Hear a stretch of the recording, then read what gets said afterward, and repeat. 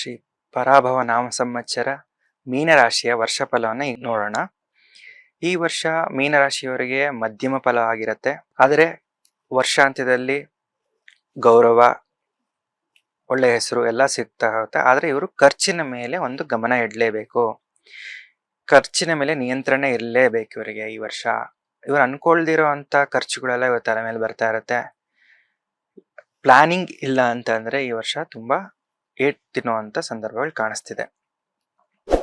ಮೀನರಾಶಿಯಲ್ಲಿ ಯಾರು ಉದ್ಯೋಗಕ್ಕಾಗಿ ಪ್ರಯತ್ನ ಪಡ್ತಿರ್ತಾರೋ ಅವರಿಗೆ ಪ್ರಯತ್ನದಿಂದ ಒಳ್ಳೆಯ ರಿಸಲ್ಟ್ ಅಂತೂ ಖಂಡಿತ ಪಡಿತಾರೆ.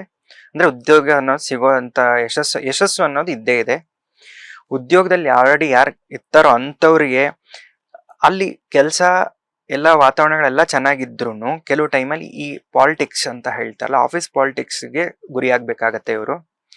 ಆದ್ರಿಂದ ಇವರಿಗೆ ಸ್ವಲ್ಪ ಹೆಸರು ವರ್ಷದ ಮೊದಲಲ್ಲಿ ಸ್ವಲ್ಪ ಹೆಸರನ್ನ ಕಟ್ಸ್ಕೊಂಡ್ರು ವರ್ಷದ ಅಂತ್ಯದಲ್ಲಿ ಅದನ್ನ ಇವರು ಪ್ರೂವ್ ಮಾಡಿಕೊಂಡು ನಿರೂಪಿಸ್ಕೊಂಡು ಅವರು ಒಳ್ಳೆ ಹೆಸರನ್ನ ಪಡಿತಾ ಹೋಗ್ತಾರೆ.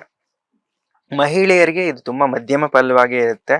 ಕುಟುಂಬದ ವಿಷಯಗಳಲ್ಲಿ ಸ್ವಲ್ಪ ಅಸಮಾಧಾನ ಇರುತ್ತೆ, ಖರ್ಚುಗಳು ಜಾಸ್ತಿ ಆಗ್ತಾ ಹೋಗುತ್ತೆ.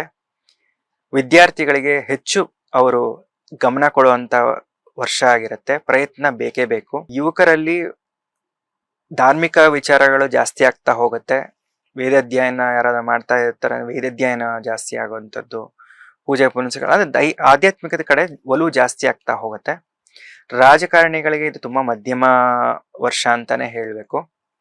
ಹಾಗೆ ರೈತರಿಗೂ ಅಷ್ಟೇನೆ ಇದು ಅಷ್ಟೊಂದು ಶುಭಕರವಾಗಿರುವಂತ ವರ್ಷ ಅಂತ ಅನ್ಸ್ತಿಲ್ಲ. ಸೊ ಅವ್ರು ತುಂಬಾ ಜಾಗ್ರತೆಯಾಗಿರ್ಬೇಕು. ಅವ್ರೇನಾದ್ರು ಒಂದು ಹೊಸ ಬೆಳೆಯನ್ನ ಬೆಳಿಬೇಕು ಅಂತಿದ್ದಾಗ ಒಂದ್ ಸ್ವಲ್ಪ ಯೋಚನೆ ಮಾಡಿ ಮುಂದಕ್ಕೆ ಹೋದ್ರೆ ಒಳ್ಳೇದು. ಆರೋಗ್ಯ ವಿಷಯದಲ್ಲಿ ತುಂಬಾ ಜಾಗ್ರತೆಯಾಗಿರ್ಬೇಕು. ಪಾದಗಳು, ಕಾಲು ನೋವು ಇವೆಲ್ಲ ಜಾಸ್ತಿ ಆಗ್ತಾ ಹೋಗ್ತಾ ಇರುತ್ತೆ. ಸೊ ಮುಂಚೆನೆ ಅದಕ್ಕೆ ಏನು ಪ್ರಿಕಾಷನ್ಸ್ ಬೇಕೋ ಅದನ್ನ ತಗೊಳ್ತಾ ಹೋದ್ರೆ ಒಳ್ಳೇದು. ಆಧ್ಯಾತ್ಮಿಕ ಕ್ಷೇತ್ರದಲ್ಲಿ ಯಾರು ಇರ್ತಾರೋ ಅವ್ರು ಹೆಚ್ಚಿಗೆ ಅವರ ಸಾಧನೆಯನ್ನು ಮಾಡಲೇಬೇಕಾಗತ್ತೆ ಈ ವರ್ಷ. ರಿಸಲ್ಟ್ ಅಂತೂ ಖಂಡಿತ ಪಾಸಿಟಿವ್ ಆಗೇ ಇದೆ. ಅದೇ ವರ್ಷಾಂತ್ಯದ ಒಳಗೆ ಅವ್ರಿಗೆ ಒಳ್ಳೆ ಅನುಭವ ಅಂತೂ ಹಾಗೆ ಆಗತ್ತೆ. ಸಿನಿ ಮತ್ತೆ ಮಾಧ್ಯಮದಲ್ಲಿ ಯಾರಿರ್ತಾರೆ ಇವ್ರಿಗೂ ಅಷ್ಟೇ ಮಾಡ್ರೇಟ್ ಆಗಿರುವಂಥದ್ದು ಕಾಣಿಸ್ತಿರೋದು. ಬಟ್ ಪ್ರಯತ್ನದಿಂದ ಅವಕಾಶಗಳು ಸಿಕ್ಕತ್ತೆ.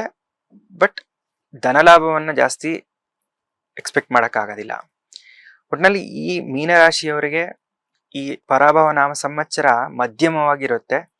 ಇನ್ನಷ್ಟು ಸ್ವಲ್ಪ ಒಂದು ಪಾಸಿಟಿವ್ ಇದನ್ನ ತಗೋಬರ್ಬೇಕು ಅಂತ ಅಂದಾಗ ಇವರು ಆದಷ್ಟು ಗುರು ಪ್ರಾರ್ಥನೆಯನ್ನ ಮಾಡೋದು, ನವಗ್ರಹ ಆರಾಧನೆ ಮಾಡೋದು, ಶನಿ ಆರಾಧನೆ ಮಾಡೋವಂಥದ್ದು, ಈ ಥರದ್ದೆಲ್ಲ ಮಾಡಿದಾಗ, ಹನುಮಾನ್ ಚಾಲೀಸ್ ಓದ್ಕೊಳ್ಳೋವಂಥದ್ದು ಇವೆಲ್ಲ ಮಾಡಿದಾಗ ಇನ್ನು ಸ್ವಲ್ಪ ಒಳ್ಳೆ ಫಲಿತಾಂಶಗಳನ್ನ ಇವರು ಪಡಿಬಹುದು.